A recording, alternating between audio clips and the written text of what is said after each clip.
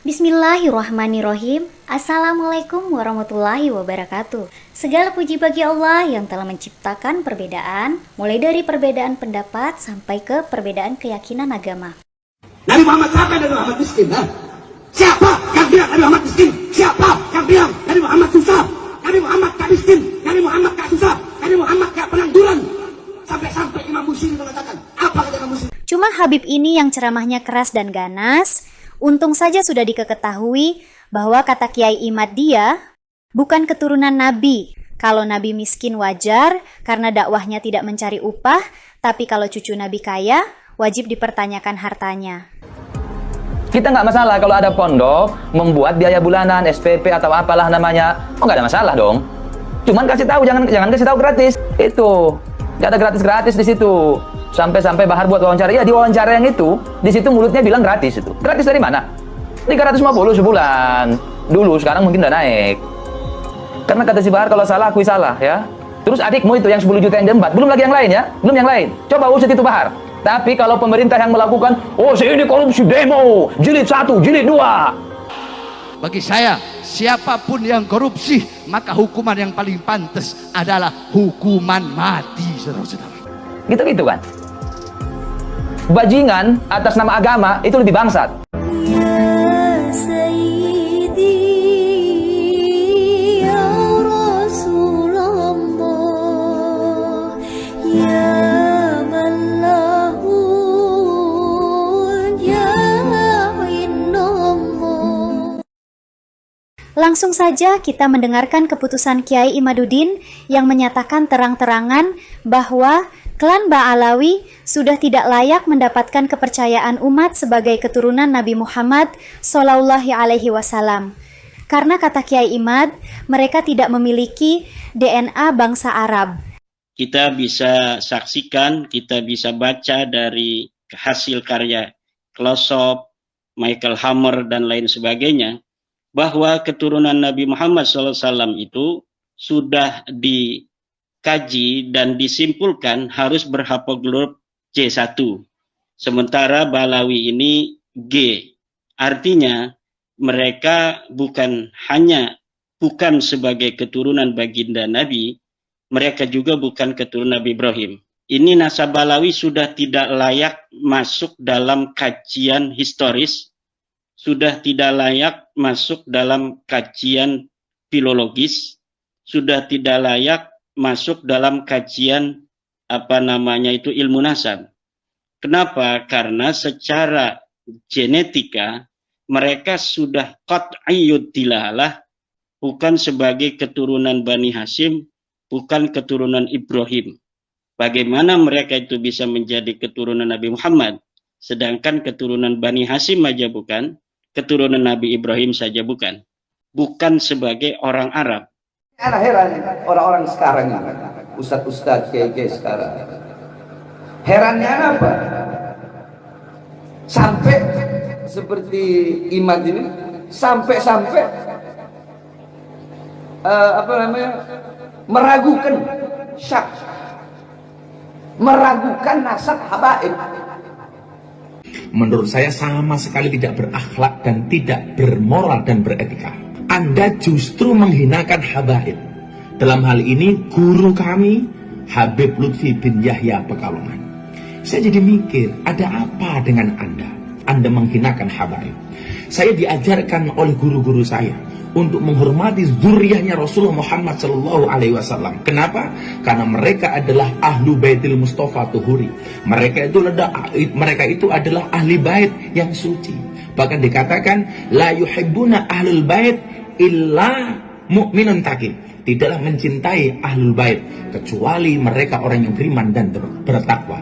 Wala yabghaduna ahlul bait illa munafiqun sagi, dan tidak membenci ahlul bait kecuali mereka orang munafik dan orang-orang durhaka. Kenapa kita boleh membenci keturunan yang mengaku cucu Nabi? Dalam kategori bukan keturunan Ahlul Bait yang dimaksud Rasulullah, karena Nabi sendiri berkata bahwa akan ada di akhir zaman orang yang mengaku cucu Nabi dalam hadis fitnah Sarah. Tapi Nabi sendiri tidak mengakui bahwa mereka dari keturunannya. Dalam hadis tersebut keturunan asli dari baginda Nabi, tapi Nabi tidak mengakui Yang menjadi keluarga Nabi adalah ketakwaan bukan karena nasab.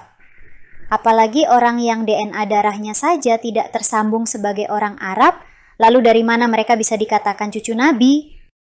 Kemudian yang ketiga, setiap orang Yaman yang ke Indonesia ngaku sebagai cucu Nabi, langsung dipercaya begitu saja.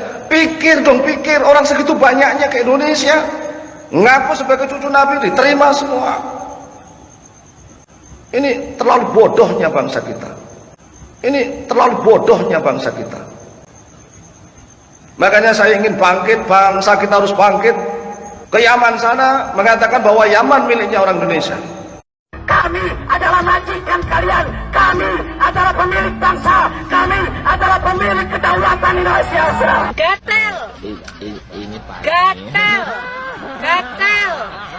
Jangan seenaknya orang-orang Yaman di Indonesia mengatakan bahwa Indonesia miliknya orang Yaman. Dan anehnya orang Indonesia itu manggut-manggut saja. Ini bodoh atau pinter? Cobalah kita renungkan. Habaib nih, habaib nih, habaib nih. So bodo amat, emang gue pikirin. Lo mau ngakuin nggak ngakuin, emang gue minta pengakuan dari lo. Habib nih, Habib. Kalau di Yaman dia cuma nolak nasab, selesai. Kalau di sini habis nolak nasab, dia mau jambret tuh nasabnya. Lu mana paham? Lu sekolah di sekolah Kristen. Mana paham yang beginian, unyil? Umroh aja 3 tahun. Lu kalau memang punya banyak kitab, buktikan dong ke publik. Bukan ngomong kayak habaib pada ngemis minta pengakuan. Saudara, akuin saya Habib nih, saya Habib. Kayak habaib pada ngemis minta pengakuan. Saudara, akuin saya Habib nih, saya Habib. Nah, kalau saya bin Smith, Al-Aidid, Al-Haddad, Wali Songo, itu dari jalur paman. Jadi jalur Amul Faqih, jalur Wali Songo. Wali Songo itu semua habaib kecuali Sunan Kalijaga. Kayak habaib pada ngemis minta pengakuan. Saudara, akuin saya Habib nih, saya Habib. Bahkan nasabnya Habib Utsman dibilang palsu. Bukan hanya Habib Utsman, semua habaib dibilang nasabnya palsu, kurang ajar. Kalau sampai Prabowo dan kabinetnya, pemerintahannya membuat kebijakan-kebijakan yang menyengsarakan rakyat, melaporkan rakyat, menderitakan rakyat, saya akan pimpin rakyat untuk melawan mereka, berjuang sampai titik darah menghabiskan, saudara. Ada filsafat mengatakan, bagaimana cara untuk memperbudak orang bodoh? Cukup kebatilan dibungkus dengan kedok agama, maka akan mudah menguasai orang bodoh yang akan mudah diperalat, diperbudak, bahkan dikorbankan nyawanya. Peribahasa ini mirip sekali dengan kejadian Musailamah Al-Kadzab. Berapa banyak yang terbodohi mengakui dia sebagai nabi, padahal nabi palsu. Nah, kalau di zaman sekarang, mustahil orang mau mengaku nabi, tapi kalau mengaku cucu nabi banyak, tapi tanpa bukti. Lucunya, habis dibilang semua habaib nasabnya palsu, si Kunyuk ngaku sebagai turunan nabi. Ya, unyel. Hah? Bacot ngalahi buncit. Tunjukkan dalil kami. Kita lihat, siapa punya dalil yang lebih kuat. Ini omongan benar-benar bohong. Kurang ajar. Tidak punya akhlak. Syiah yang suka mencaci maki sahabat tidak berakhlak. Wahabi yang suka mengkafir-kafirkan Aswada tidak berakhlak. Celengan Semar. Bantah dong tesisnya. Oke lah, lu nggak nganggap ilmiah, tapi nggak gini juga cara bantahnya, konyol. Kurang ajar. Muhammad Rasulullah kakek ente atau kakek anak? Anak kalau baca Fatihah nggak sama seperti Fatihah orang yang lain. Bismillahirrahmanirrahim.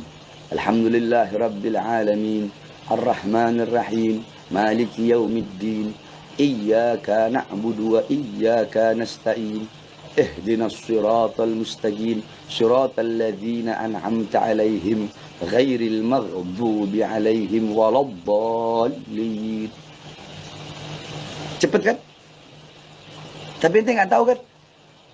Bahwasanya Fatihah itu ana dapatkan dari guru ana dapatkan dari gurunya yang pakai sanad, pakai ijazah, nyambung. Seperti itulah barusan bacaan Fatihahnya Rasulullah SAW.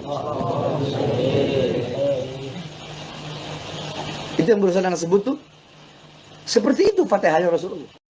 Alhamdulillah lah, saksi hidup Nabi ya sudah diketemukan. Habib ini sedang memperagakan cara jalan Nabi lah gitu ya. Lihatlah ya. Lah sebentar lagi juga kayaknya cara kencing Nabi juga akan diperagakan lah.